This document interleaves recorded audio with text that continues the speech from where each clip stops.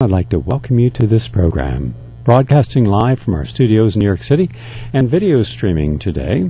If you go to GaryNull.com or ProgressiveRadioNetwork.com, you can watch today's show. We're in the midst of a series of programs called Conversations with Remarkable Minds. Just a few moments ago, I completed a very important interview with one of the greatest minds on the planet, Dr. Robert Thurman, from Columbia University, and we dealt with all the major issues.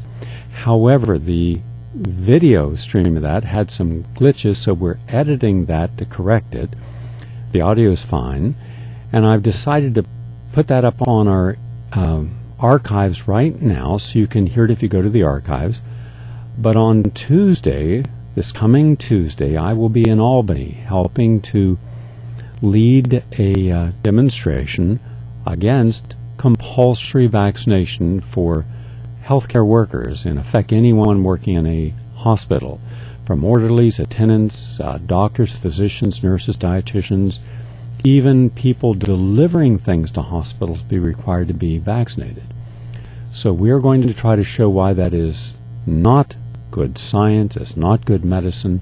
It actually poses a threat to the people receiving these vaccines. More on that later on in the program. So we will play Dr. Thurman's Conversations with the Remarkable Minds interview live here on this radio program next Tuesday.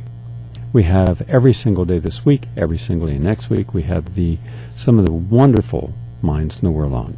Today, however, I'm going to take this opportunity to take some phone calls, which I normally don't have a chance to because of how much information goes into our program. I'm going to be doing some commentaries, the latest on health and healing, some environmental news updates, and then your feedback, your input, your suggestions, and your questions in any of the areas that you find important to you. Our number is 888-873-4643, 888-873-4643. Let's go to some of the latest in health and healing information. Vitamin C may protect against arthritic changes in the knees. I remember once speaking with Linus Pauling. He was a friend of Albert Szent-Györgyi, the Nobel Prize winner who discovered and isolated vitamin C as ascorbic acid, and Erwin Stone, who was a lay advocate of vitamin C. And it was actually through Stone that Pauling became interested in vitamin C. Pauling did not live necessarily a uniquely healthy life earlier in his career, according to him, and he really became interested in vitamin C around age 70. So imagine this. Imagine you become aware of something that's important to your well-being, where most people are ending their lifespan. It's 70. That's when he begins his journey, around there, and lives to be, almost 95. And as he would later say to me in a conversation one evening, imagine how I would be today if I started earlier in life. Now, he was taking about 20,000 milligrams of vitamin C a day. He didn't take all the other nutrients. He did exercise each day. He loved walking and biking, and he never stopped exercising his mind. And he told me that he was getting, early on, in I think in 1977, one of our first discussions, he was getting some arthritis, started using vitamin C, and within a week, all of his arthritis pain went away. But no one had done research at that time on vitamin C and joint pain or muscle fatigue. And so this just came back into my mind when I read this article. Let me quote this. And this is from, as all my citations are, major peer-reviewed journals. And this is from the Arthritis Research and Therapy. A diet rich in antioxidants may help prevent bone changes associated with knee arthritis. Australian researchers noted the higher a person's dietary level of vitamin C at the start of the study, the lower the risk of certain bone changes 10 years later. The same was true when researchers looked at overall consumption of fruits, a primary source of vitamin C. Lutein, zeaxanthin, found in green vegetables were related to lower risk of cartilage defects in the knee.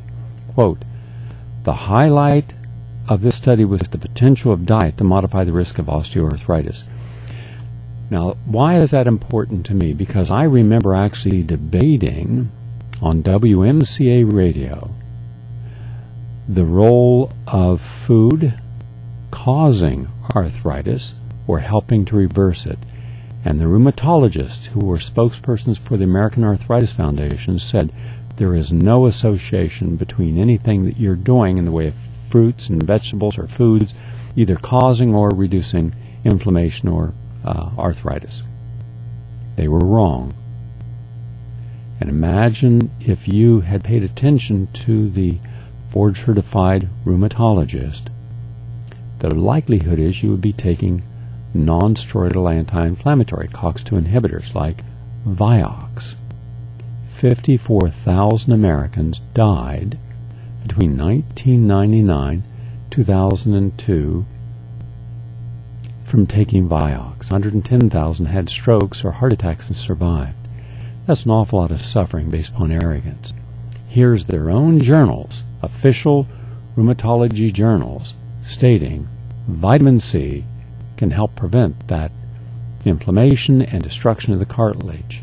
For all the runners who don't believe in taking vitamins, boy, have they been behind. It's rather interesting as an athlete, and I've been a competitive athlete my entire, since I was in 7th grade, played football and basketball and track. I've never not been an athlete, and a competitive athlete.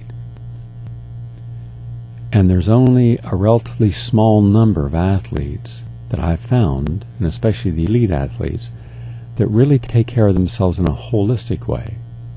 Good examples would be Sam Skinner, Sid Howard, Joan Rowland, Queenie Thompson, Thelma Wilson, and Louise Nottage. These are phenomenal athletes. These are people who are in a class by themselves. All still competing, I might mention. And all winning Athlete of the Year, whether it's the USA Track and Field or the Metropolitan Athletic Congress, which oversees some 30,000 competing athletes in New York. Wherever they're at, whatever games they're in, senior games, they're winning. You look at them and you would think, my goodness, how old are you? You're 70 years old, Sid Howard. You look like you're 25. That means that we have a model of behavior for all senior citizens, for all people who are over the age of 50, that they can reverse disease, but you got to understand they're doing it right. They're not compromising. They know if they have to drink their 6 glasses of vegetable organic juice a day, they do it. If they have to take 50 vitamins, they take them. But vitamin C is at the top of their list because it does more than any other single nutrient that I know of in the body to help your skin. It keeps it tight because it rebuilds collagen, the connective tissue. Now just imagine that your skin is like a pair of, the elastic band on underwear. When you first get it, it's tight. But over time, it begins to separate. Free radicals cause that separation, destroying that, and you don't create as much collagen. Therefore, it thins out. And as a result, you start seeing a thinning out of the collagen on the face, and then the skin begins to drag down. You become jowly. That's because of lack of vitamin C and quercetin. The fruits and vegetables provide that, but not enough. You have to have concentrations. The more you put into your body, the longer your cells are able to be protected, the less free radical damage, the less the cell is challenged, the greater the cell is there to help you. It's interesting when I look at Bill Rogers and Frank Shorter, some great athletes who over time were some of the best competitors in the world, but today I look at them and to me they just look old. And I look at people who were competing long before them and today they look young. So vitamin C for everything in your body. Now, I'm also a big believer in coenzyme Q10. I've seen what it does with people with Parkinson's, Alzheimer's, dementia, multiple sclerosis, athletes, students in college to allow their brain to have greater energy, especially around exam time. Very important. And by the way, just as an aside,